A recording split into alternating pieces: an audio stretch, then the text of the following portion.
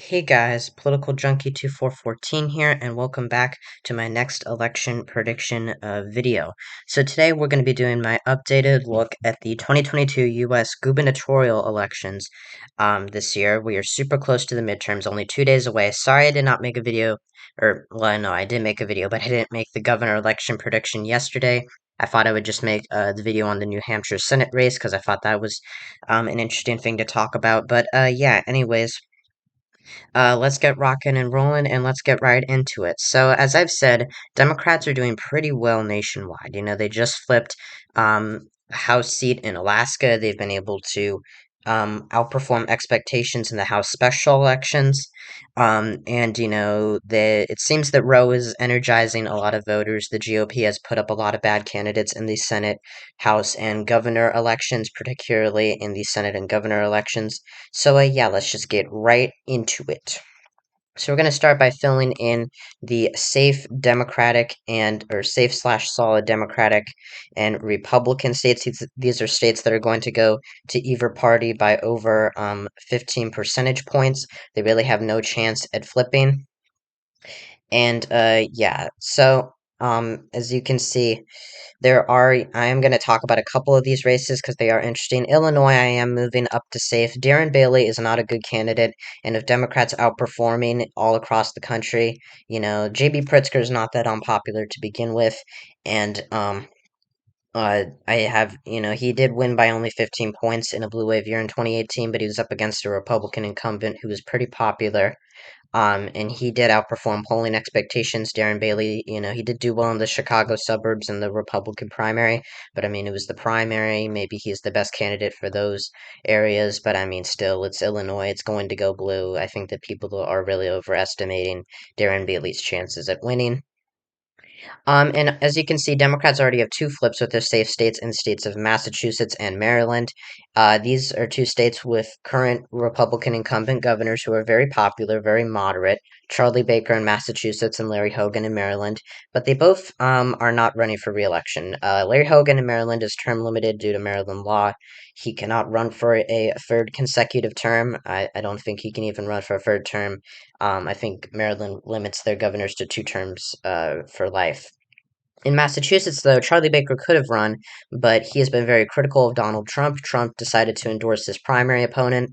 We have the primary in just a couple of days from now, and so without Charlie Baker on the ballot, someone who is able to who is able to win by a substantial amount in a very blue state in a blue wave year. He won by 33 points in 2018. He's a very moderate Republican, pretty much a liberal Republican.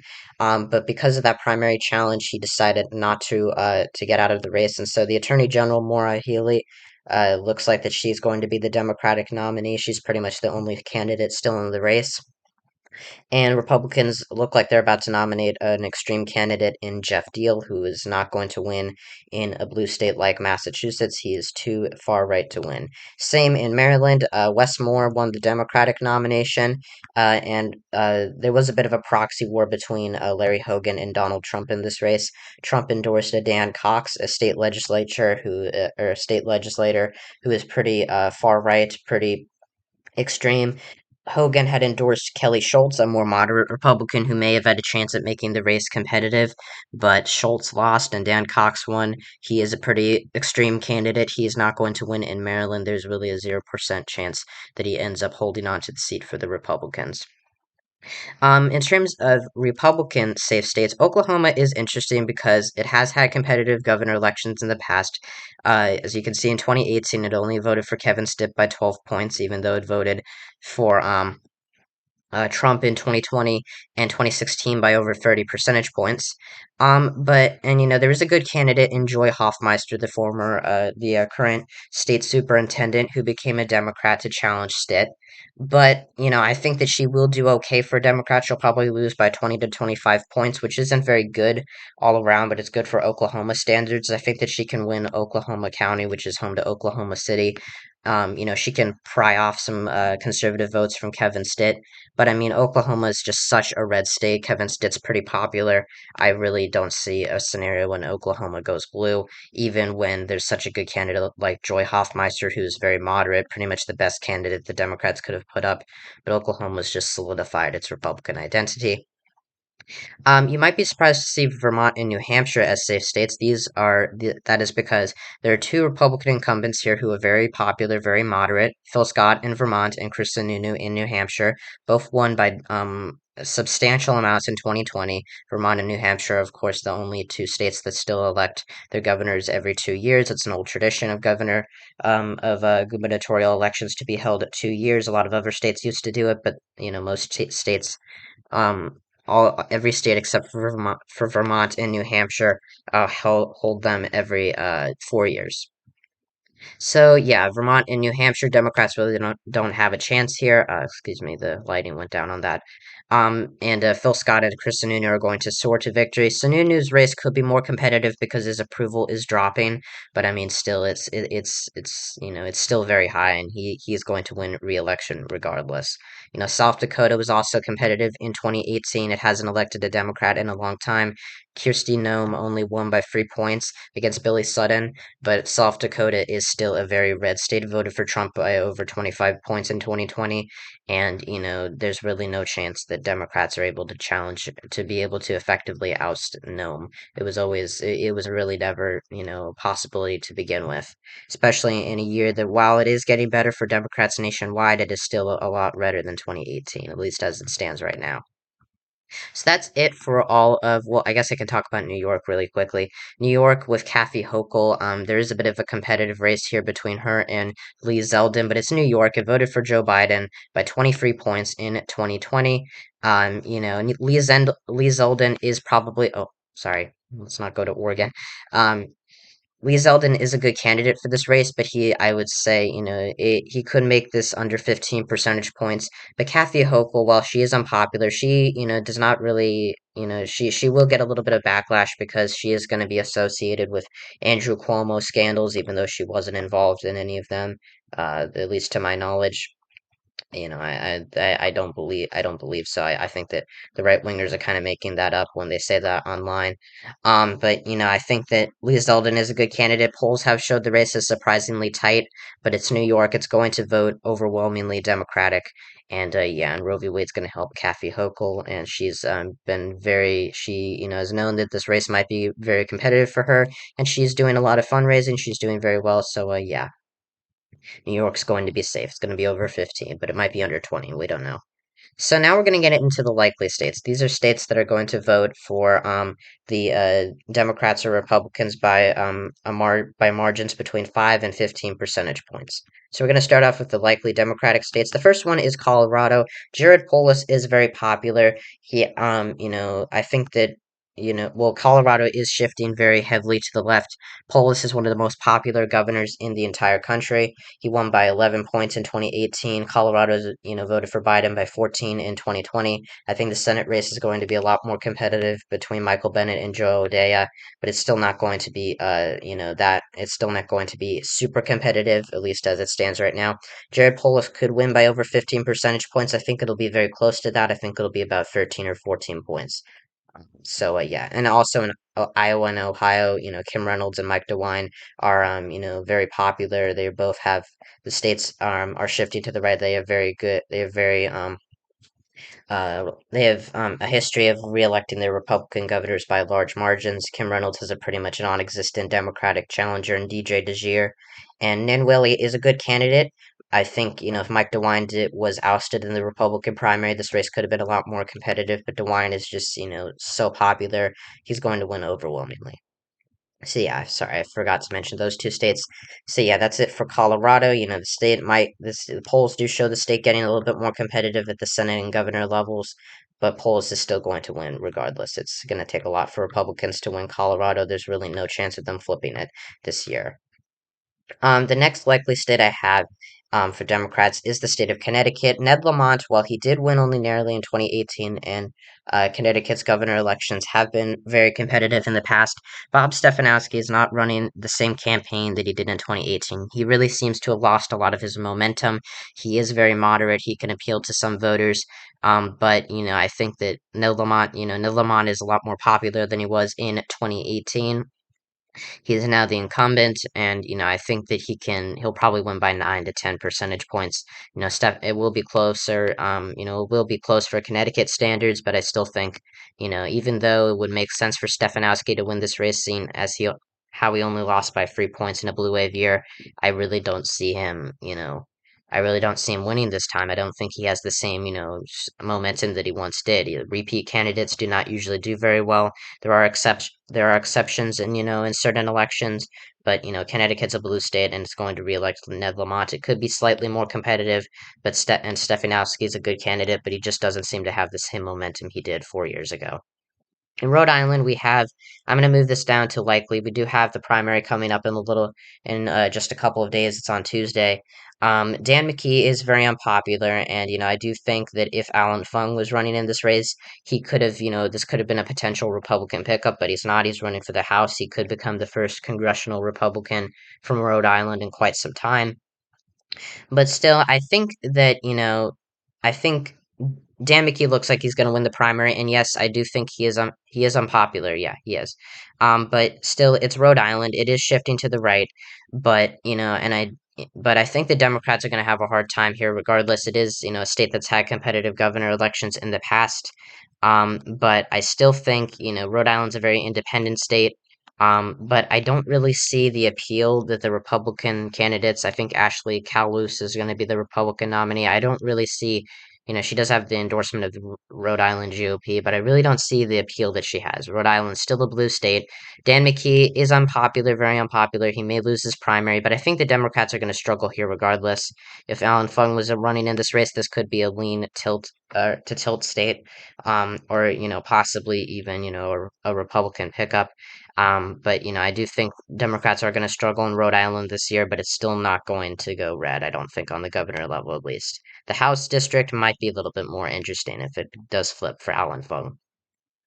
In Minnesota, I'm keeping this as likely. Tim Walz is, Scott Jensen's an okay candidate. I really, right wing YouTube is really saying that, oh, Minnesota could be a pickup because the legal weed party is, going to split the vote with Democrats so much, with Democrats extreme, by within a sorry, I'm trying to think, that they're going to split the vote with Democrats, they're going to split a lot of the vote with Democrats. Well, as you can see, he didn't, Chris Wright, legal weed party really didn't, or legal cannabis party, candidate didn't really do that well in 2018. This race could be more competitive between Tim Walz and Scott Jensen. I think that this race, in a best case scenario, could go to Scott Jensen. But Tim Walz is very popular. Minnesota, while it is narrowing up, it's still a blue state. It's a historically blue state, and I think Tim Walz wins by 5 to 6 points as of right now. I just don't really, see it going red as of right now. Could go back down to lean, but that is to be seen. In the state of Michigan, look, Tudor Dixon, I'm sorry, but she's a terrible candidate. In a best case scenario, sure, she could win, but Gretchen Whitmer, while she, was very vulnerable beforehand, Republicans screwed themselves over. Republicans got screwed over really by the Board of Elections. James Craig didn't submit enough valid signatures. He would have been the one to take down Whitmer. I think that, I've had this race in favor of Whitmer, since before I started making my predictions, since before Craig got disqualified. But I had it as lean D because, while Whitmer was doing well, it was still a much more competitive race. But Tudor Dixon, just the comments she makes on abortion in Michigan, a very pro-choice state with an abortion referendum on the ballot to keep abortion legal, since, Michigan has a pre-Roe law that bans abortion. I just don't see, her winning. Yes, she is getting, good she is rising in the polls, but not by much. This Trafalgar poll, Trafalgar's not the worst pollster, but I mean, they had Trump winning Michigan in 2020. The race could be lean in the best case scenario for Dixon, but she's just so unpopular. And, she's just not, I think that she's probably the worst Republican candidate this cycle. I think she might even be worse than Doug Mastriano. Gretchen Whitmer is a very good candidate. She is leading by 9 points on average in the polling data. That's pretty much the same amount she won by in 2018. I think she'll win by more, 5, 6, maybe 7 percentage points. But Michigan, I don't think is really going red. I would have said it could go red, a year ago. I think that it would have gone red if, if James, if, things got still were pretty good for Republicans and if Tudor Dixon wasn't the nominee, but Republicans really screwed themselves over in Michigan. They ousted Peter Meyer in the primary. They've just made a lot of mistakes in Michigan, and I think Democrats are going to have a fairly good year. Michigan does usually elect sorry, Michigan does usually elect governors of the party not in the White House, but I think that Michigan this year is going to break that trend because Tudor Dixon is just such a bad candidate, and Roe v. Wade is going to help Gretchen Whitmer, an already pretty strong incumbent who was vulnerable in the past, but and she still is. But I mean, Michigan is, I think, it's pretty much given that she is going to win re-election. So now let's go into the likely Republican states. The first state we have is, I'm not exactly sure by margin if it's going to be likely, but Alaska, I think, will be a likely state. Look, I know that Bill Walker's a good candidate. He did oust a Republican incumbent in 2014, a red wave year, and Alaska does have a history of, ousting their incumbents. Alaska hasn't reelected one of its incumbent governors since 1998. And that should worry Mike Dunleavy, especially with ranked choice voting. I think if Dunleavy and Walker if the final round is between the two of them, and Dunleavy doesn't win a majority doesn't win a majority outright, or in the second round of ranked choice voting, or when there's more than when it's a freeway race or a four-way race on these levels of ranked choice voting. If it goes to a one-on-one match, a final match that's one-on-one with Dunleavy and Walker, Dunleavy could be very vulnerable. Alaska did just flip blue. And, Dunleavy's not the most popular incumbent. I think that, this could be a sleeper flip for Bill Walker. I mean, he's technically not a Democrat. He used to be a Republican, but he's an independent. But still, I think that Alaska, it's still a red state. I think, Sarah Palin is a lot worse of a candidate than Mike Dunleavy. But this race could very well get interesting. So I'm just going to keep it as a likely Republican state as of right now. Oh, Florida.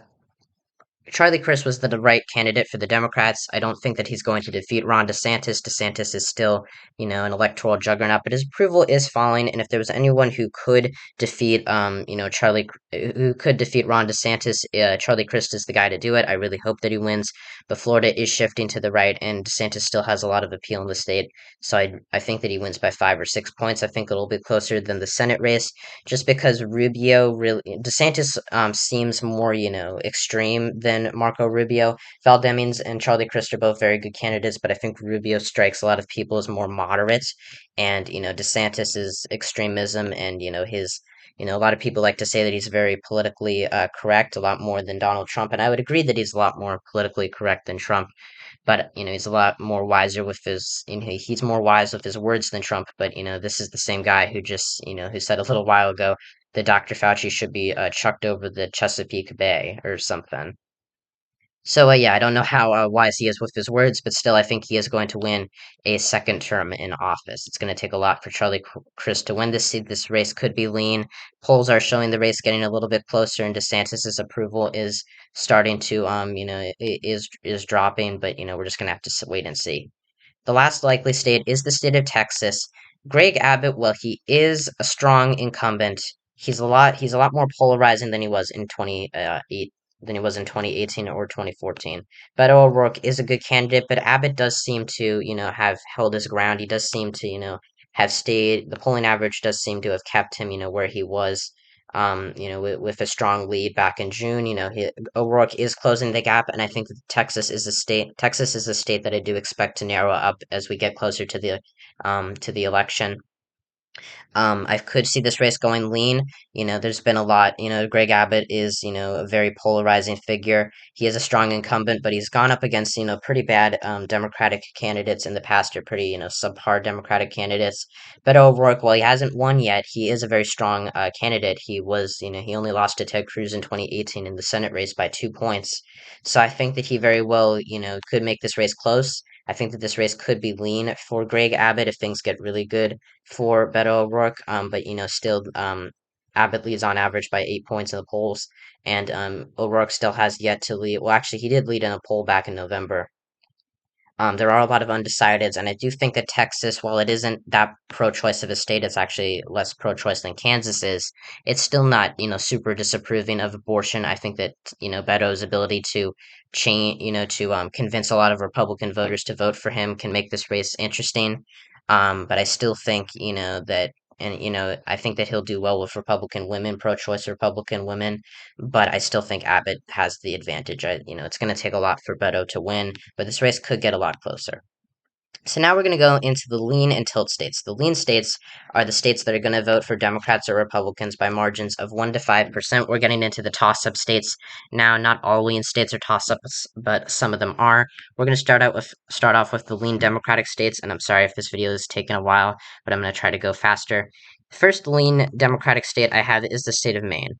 I think Paul LePage is an okay candidate, but his demeanor and, his comments in the past, his unpopularity is not going to help him. He was not even able to win a majority of the vote in a red wave year in 2014. Yes, there was an independent, but Janet Mills is someone who's already won a majority of the vote with an independent on the ballot. LePage was pretty much, the presumptive reason why uh, Maine chose to adopt ranked choice voting. And yes, this race could be closer, but the overturning of Roe is going to help Janet Mills. I do agree.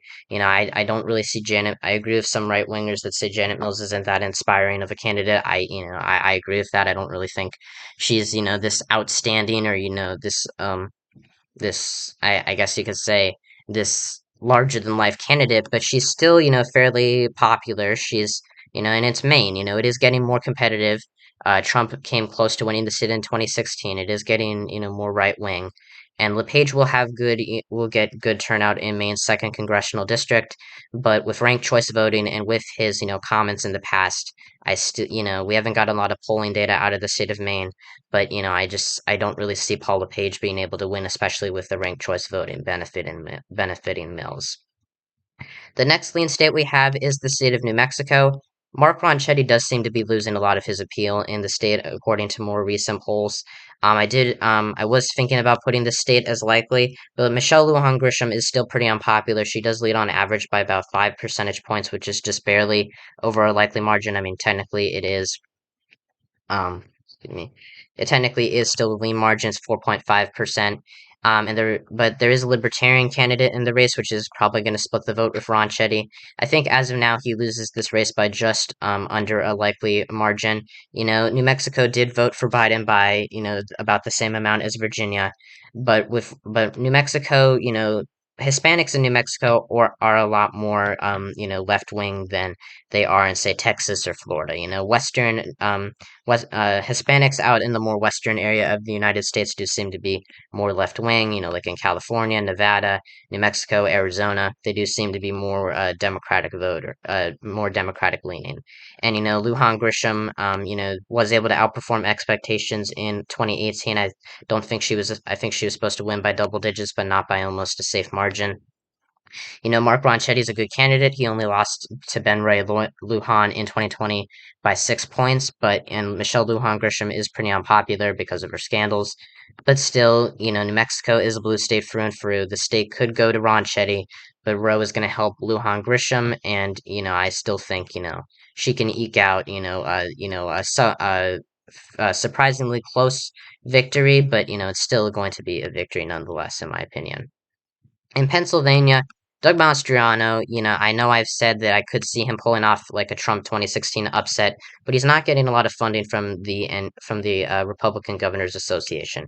Josh Shapiro is going to be a very difficult candidate for him to beat. He has been getting better numbers in the polls. Shapiro leads by 7 points on average as of right now. But the Trafalgar Group poll Trafalgar also said that Trump will win Pennsylvania in 2020. And while, they are more accurate than in the Rust Belt than some other pollsters, they still have Shapiro up by 4 points. Doug Mastriano still has yet to lead in a single poll. And I think, with Trump being so unpopular nationwide, he's more unpopular than Joe Biden is, not just in terms of where Trump was at this point in his presidency and where Biden is at this point in his presidency right now, but also just in terms of current polls. He is more unpopular. He is less favorably viewed. And I think, in Pennsylvania, while Mastriano could pull off an upset, it's becoming less and less likely as the days go on. Oz and Mastriano are, pretty weak candidates. They are going to narrow up the race. I think Shapiro wins by about 4 points as of right now. But if things get really bad for Republicans, if things continue to go downhill for them, this race could absolutely be likely for Josh Shapiro. He is a very much an overperformer, and it's going to be very hard for Mastriano to beat him. Even though he will get good turnout in the rural areas, Shapiro is going to get very good turnout in the suburbs. I think and I think Oz will still outperform Mastriano, but that's not a given. I think Oz is a lot weaker for the rural areas. Mastriano's better, but Oz has a little bit more of appeal than Mastriano in more moderate areas. So, anyways, the next lean state is Oregon. This race is getting surprisingly competitive. Is still surprisingly competitive. We still don't have a lot of polling data out of the state. Tina Kotek isn't the best candidate. Betsy Johnson really is, going to hurt her in this race.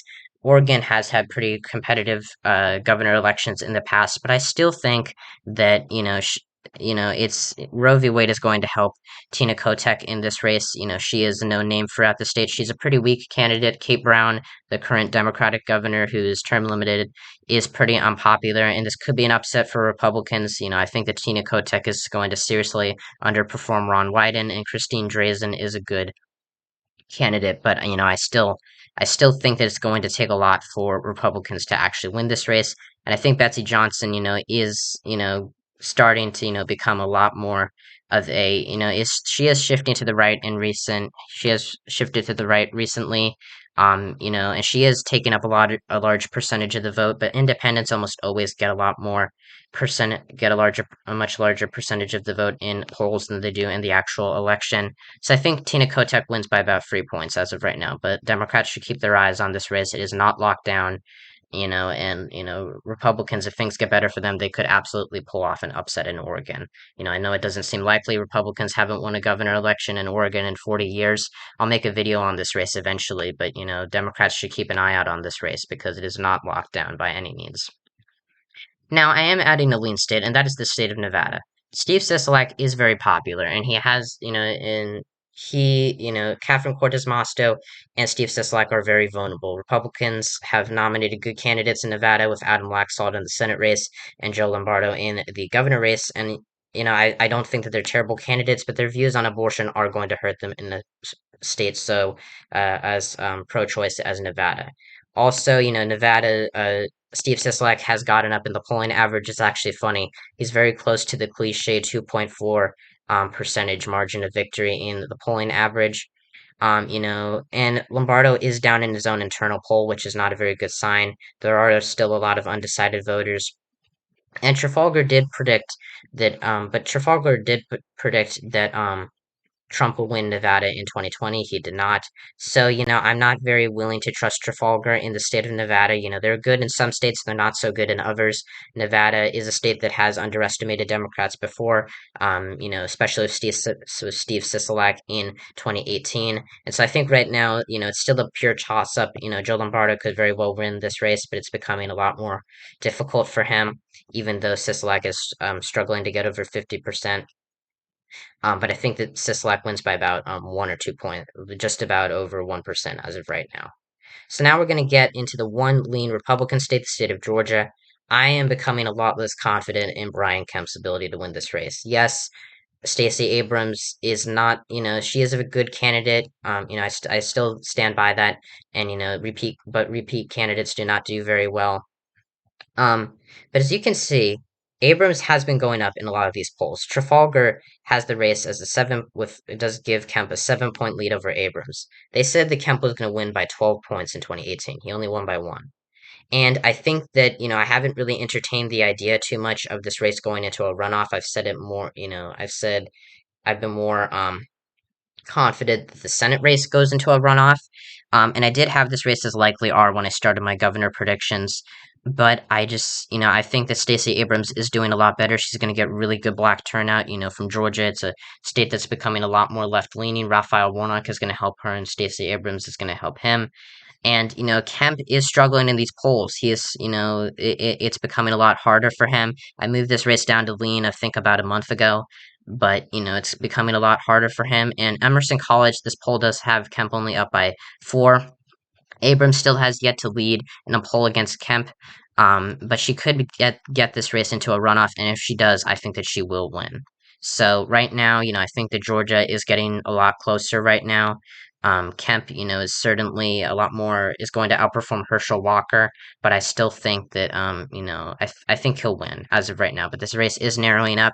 I think if you asked me about like 7 months ago if I thought that where I stood on the Georgia governor race, we were still back in the time when Kemp and Purdue were battling it out in the primary, and there was still it wasn't clear who was going to win. And I said Georgia's going to be a very close state.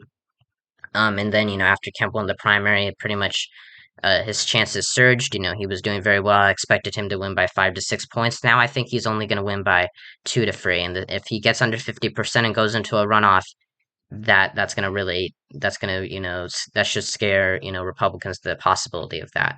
Because Kemp is a strong candidate, he'll get better rural turnout than Trump did. But still, Abrams is a strong candidate. It's just the fact that she's not leading in a lot of the polls like she was in 2018 that make me more apprehensive about this race. So the final 3 states are the true toss-up states: Arizona, Kansas, and Wisconsin. They are all the tilt states. These are states that are going to go to the Democrats or the Republicans by less than 1 percentage point.